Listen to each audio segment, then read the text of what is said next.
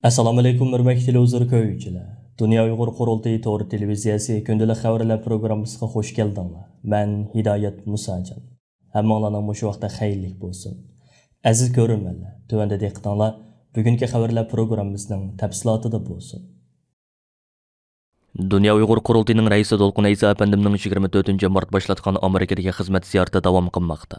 26 martdan 27 martgacha Amerikaning poytaxti Washingtonda chaqirilgan va qisqartirilgan nomi 10 po deb atalgan vakolatsiz millatlar tashkilotining 16 qitimliq umumiy yig'iniga qatnashgan Dolqun Aysa Efendim Amerikadagi 3 haftalik ziyarati jarayonida Amerika Tashqi ishlar ministrligining munosabatli xodimlari bilan, Amerika Demokratiyani ilgari surish fondi NEDning mas'ullari bilan, ba'zi parlament a'zolari bilan, yana shundaqla Amerikadagi har qaysi ommaviy tashkilotlarning mas'ullari bilan keng doirada uchrashish ilib boradi. Dünya Uyghur Qurultayının Amerikadagi rahbarlardan Qurultayning muavin raisi Zubayra Shamsiddin, Qurultay ijroiya komitetining raisi Umar Qanat, muavin raisi Ilshad Hasan Ko'kböre, Qurultayning oliy maslahatchilaridan doktor Rishad Abbas va doktor Arkinson qatorliqlar Dolqun Aysa Efendimning bu qitimqi Amerika ziyoratida uningga hamroh bo'ladi. Undan boshqa Dolqun Aysa Efendi boshchiligidagi Qurultay hay'ati Amerikaning har qaysi shtatlarida yashayotgan Uyg'ur jamoatlari bilan keng doirada uchrashish ilib berib, ularga Qurultayning xalqaro sahnada ilib berayotgan faoliyatlari va Qurultay tarafidan bu yil 5-oyning oxiri Germaniyaning Myunxen shahrida o'tkaziladigan 2-chi navbatlik Sharq Turkiston milliy kengashi haqida tafsiliy ma'lumot va tushuncha berishga tirishadi. Amerikadagi qarindoshlarimizning Qurultay haqidagi har xil savollarga astoydil javob beradi. Dünya Uyghur Qurultayının sahibxonligi va har qaysi ellardagi qarindosh tashkilotlarimizning sponsorligida bu yil 5-oyning 26-kunidan 28-kunigacha Germaniyaning Myunxen shahrida chaqiriladigan 2-chi navbatlik Sharq Turkiston milliy kengashining tayyorlik xizmatlari jiddiy davom qilmoqda. Hozirga qadar Qurultay tarkibidagi qarindosh tashkilotlarimizning mas'ullari, Qurultay bilan hamkorlashayotgan Uyg'ur tashkilotlarining vakillari, tonilgan ziyolilarimiz, ulamolarimiz, faoliyatchilarimiz, tadqiqotchilarimiz, arsozotlarimiz va bir qism xalqaro mutaxassislar, siyosatchilar bo'lib 200 nafardan ortiq kishiga maxsus taklifnoma avatib berildi. Vakillarimizning viza ilishini qulaylashtirish uchun Qurultay markaziy ishxonasi Germaniya tashqi ishlar ministrligiga maktub yo'llab, har qaysi ellardan Germaniyaga keladigan vakillarimizga viza jihatdan qulaylik yaratib berishni talab qilgan edi. 2-chi navbatlik Sharq Turkiston milliy kengashi tayyorlik komitetining mas'ullarining istansimizga bildirishicha, hozirga qadar vakillarimiz o'rinlashadigan mehmonxona, yig'in ichiladigan zal qatorliqlar tutilib bo'lgan. Yig'inning kun tartibi asosiy jihatdan tuzilib bo'lgan. Mart oyining 5-ida Qurultay raisi Dolqun Aysa Efendimning bevosita riyosatchiligida 2-chi navbatlik Sharq Turkiston milliy kengashiga tayyorlik komiteti qurib chiqilgan edi. Navbatda Uyg'ur irqiy qirg'inchiligini qanday qilib texmo ko'p davlatlarga qabul qildirish, Birlashgan Davlatlar Tashkilotining 1948-yili e'lon qilgan irqiy qirg'inchilik ahdnomasiga qo'l qo'ygan davlatlarning qonuniy majburiyatlarini ado qilishga, amaliy qadam besiqqa qistash, bu orqali Uyg'ur irqiy qirg'inchiligini to'xtatish, milliy mavjudligimizni saqlab qolish va milliy mustaqillikni ro'yobga chiqarishning chora-tadbirlari, yangi strategiyalik qadam bosqichlari haqida atrofli muzokara qilish jiddiy zaruriyat bo'lib qoldi. Rossiyaning Ukrainaga qilgan tajovuz sababidan dunyo vaziyatida jiddiy bir o'zgarish shakllanib, Sharq Turkiston masalasining xalqarodagi taraqqiyot yuzlanishiga bevosita ta'sir ko'rsatishga boshladi. Dunyo Uyg'ur Qurultayi navbatdagi bu zaruriyatni chiqish qilib, muhojiratga tashkilotlarimiz, ziyolilarimiz, ulamolarimiz, faoliyatchilarimiz, har soha zotlarimiz va bir qism xalqaro mutaxassislar, siyosatchilarning qatnashida 2022-yili 5-oyning 26-kunidan 28-kunigacha Germaniyaning Myunxen shahrida 2-chi navbatlik Sharq Turkiston milliy kengashi chaqirishni qaror qilgan edi. Dunyodagi nopuzluq kishilik huquq tashkilotlarining biri bo'lgan Xalqaro kechirim tashkiloti 28 mart kuni o'zining 2022-yillik kishilik huquq dokumentini e'lon qilib, Xitoy hukumatining Uyg'urlarga qarata turmaga qamash yoki jismoniy erkinlikdan og'ir darajada mahrum qilish, qiyin qistoq va ziyonkashlik qilishni o'z ichiga olgan insoniyatga qarshi jinoyat sodir qilishni davomlashtirayotganligini bildirgan. 415 betlik dokumentda dunyodagi 154 davlat va rayonning 2021-yili va 2022-yillik kishilik huquq xotirasiga baho berilgan bo'lib, dokumentda Uyg'urlarning vaziyati haqida alohida to'xtalgan. Dokumentda ko'rsatilishicha Xitoyning o'tgan 1 yillik kishilik huquq vaziyati davomli nacharlashgan. Kishilik huquq advokatlari va faoliyatchilar parokandichilikka uchragan va qo'rqitilgan, adolatsiz sotlangan, xohlagancha, xabarsiz, uzun muddat tutib turilgan, fikr erkinligi va boshqa inson haqlari qo'llanganligi uchun qiyin qistoq va xo'rlashga uchragan. Dokumentda Uyg'urlar haqida mundaq deyilgan.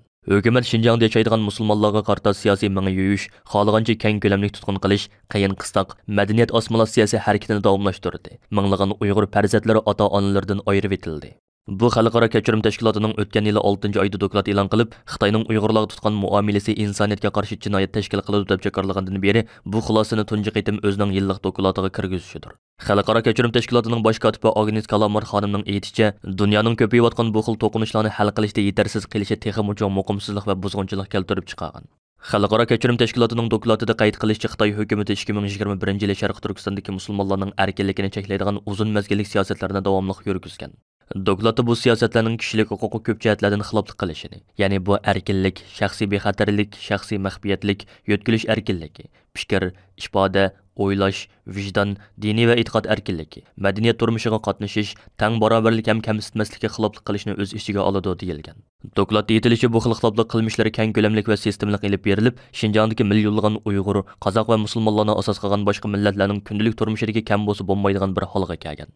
Lekin Uyg'ur kishilik huquq faoliyatchilarining aytishicha, Xalqaro kechirim tashkilotining yangi dokladida Xitoyning Uyg'urlarga tutgan muomalasini insoniyatga qarshi jinoyat deb qayta ta'kidlashining ahamiyati zo'r ekan. Xalqaro kechirim tashkiloti dokladida yana Xitoy hukumatining 2019 yili 12 oyda jazo lagerlarining taqalganligi va barliq fuqarolarning jamiyatga qaytib kelganligini jakarlagan bo'lsa-mu, lekin Şinjangda tutqundagi nurg'un kishilarning yo'tkab ketilganligi yoki davomli tutib turilayotganligiga oid ishonchli dalillar borligini bildirgan. Dokladda nurg'un oilalarning urug' tuqqanlarining yo'qolib ketganligini davomli xabar qilganligi, ularning tutqun qilingan deb qaralayotganligi eskartilib, Xalqaro kechirim tashkiloti 2019 yildan 2021 yilgacha Xitoy hukumatining hech bo'lmadi deganda turmaga qamash yoki erkinlikdan og'ir darajada mahrum qilish, qiyin qistoq va ziyonkashlik qilish qatorliq jihatlarda insoniyatga qarshi jinoyat sodir qilganligiga oid yakun xarakterlik dalillarni to'pladi deyilgan. 28 mart kuni Amerika Davlat Majlisi Xitoy ishlari ijroiya komiteti yig'ini o'tkazilgan bo'lib, yig'inda mazkur komitetning raisi va a'zolari birlikda Uyg'urlarga munosabatli bo'lgan kishilik huquq qonun modellarini o'ttirg'a qo'ygan.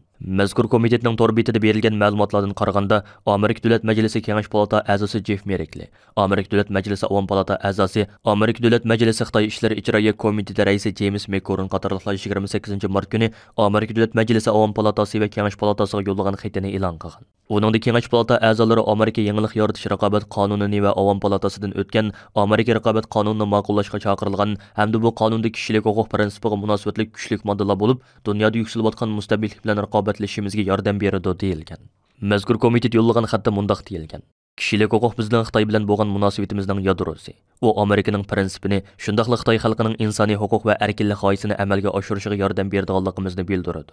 Mazkur komitet tashabbus qilgan va Amerika raqobat qonunining moddalariga kirgizish uchun sungan loyiha ichida Hong Kong fuqarolari bilan Uyg'urlarga ko'chmanlik yo'lini keng ochib etish, Xitoyning zulmidan qochib kelganlarni qo'g'dash, Sharq Turkistondagi musulmon Turkiya xalqlariga tug'ut cheklash va bolni tushirib etish siyosati yurgizgan shaxslarni jazolashga oid moddalar bor ekan.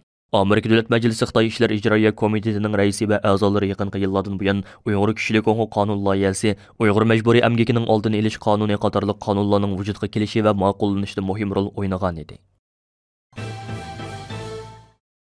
Kanadaning sobiq va hozirgi parlament a'zolari, kishilik huquq faoliyatchilari va sobiq diplomatlardan bo'lib 20 dan ortiq kishi Xitoy tashqi ishlar ministri Wang Yiga xat yozib, 16 yildan beri Xitoy turmusida naq yetayotgan Uyg'ur Kanada fuqarosi Husan Janjilni qo'yib berishga chaqirgan.